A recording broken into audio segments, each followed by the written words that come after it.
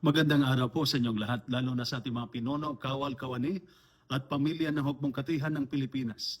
Ako po si Father Dion, isang paring katoliko ng Military Ordinariate of the Philippines at ang Post-Catholic Chaplain ng Headquarters and Headquarters Support Group ng Philippine Army.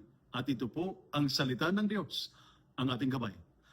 Ngayon po ay Tuesday, December 31, 2025, sa ikapitong araw sa loob ng oktaba ng Pasko.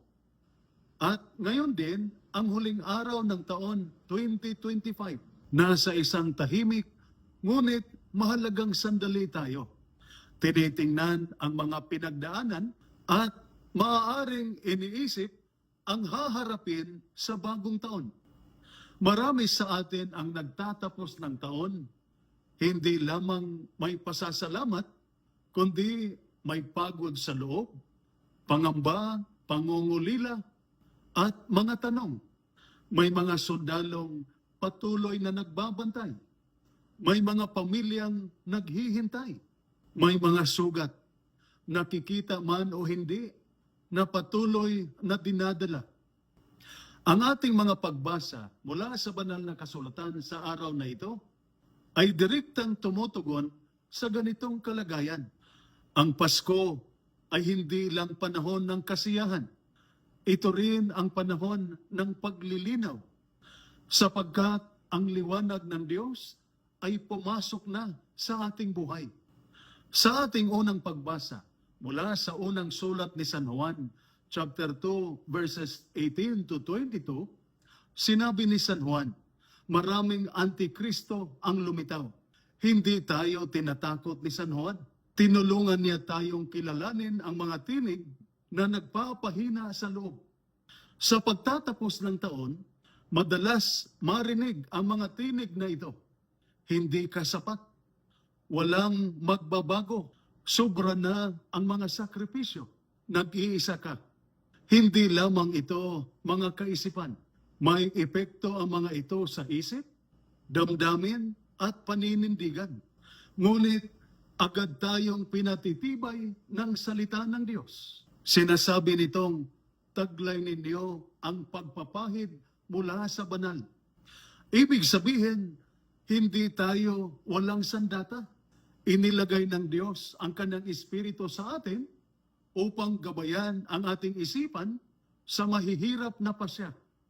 Patatagin ang loob sa oras ng takot at pagod. At tulungan tayong manatili sa katotohanan. Iyan ang espiritual na katatagan. Hindi ang kawalan ng pagsubok, kundi ang presensya ng Diyos sa gitna ng pagsubok. Sa ating Ebanghelyo, mula sa Ebanghelyo ni San Juan, chapter 1, verses 1 to 18, sinabi ni San Juan, ang salita ay naging tao.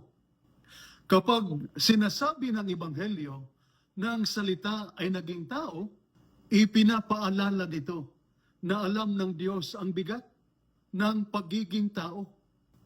Pumasok ang Diyos sa pagod ng sundalong matagal sa tungkulin, pangungulila ng pamilyang naghihintay, takot sa hindi tiyak na bukas, emotional na sugat na mahirap ipaliwanag, at kahinaang dala ng tuloy-tuloy na sakripisyo. Hindi hinihintay ng Diyos na maging perpekto ang ating kalagayan. Lumapit siya sa atin kung ano tayo. Kaya ang Pasko ay nagbibigay galing sa isipan at lakas sa espiritu. Kasama natin ang Diyos sa bawat misyon, bawat pagbabantay, at bawat paghihintay sa tahanan. Sinabi din ni San Juan sa Ebanghelyo, ang ilaw ay lumiliwanag sa dilim at hindi ito nagapi ng dilim. Sa pagtatapos ng taon, may dinadala tayong dilim. Stress sa trabaho o operasyon, dalamhati at pangungulila, alaala ng mahirap na karanasan, pangamba sa darating na taon. Hindi itinatanggi ng Ebanghelyo ang mga ito, ngunit malinaw ang pangako ng Diyos. Hindi mananaig ang dilim.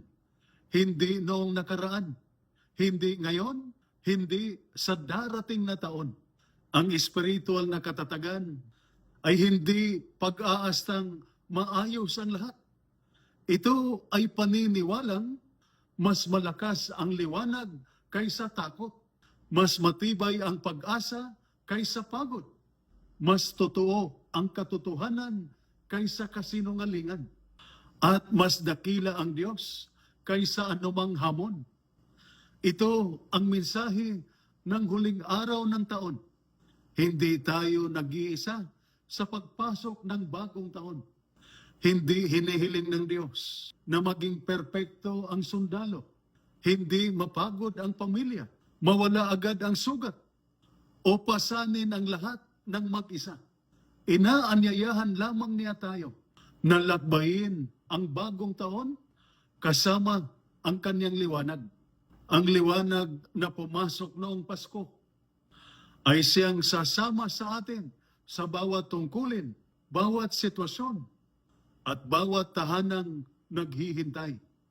Sa mga sundalo, gabay ng Diyos ang inyong isipan at tatag ng inyong loob. Para sa pamilya, nakikita ng Diyos ang inyong tahimik na mga sakripisyo at pagtitiis. At sa ating lahat, ang liwanag ni Kristo ang nauuna sa atin sa bagong taon. Ito po ang salita ng Diyos, ang ating gabay.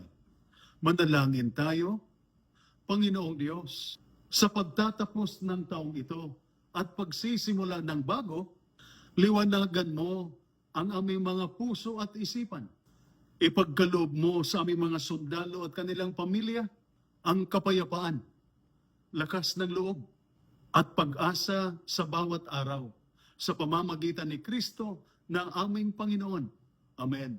At sumainyo at sa inyong pamilya ang pagpapala na makapangyarihang Diyos, Ama, Anak, at Espiritu Santo. Amen.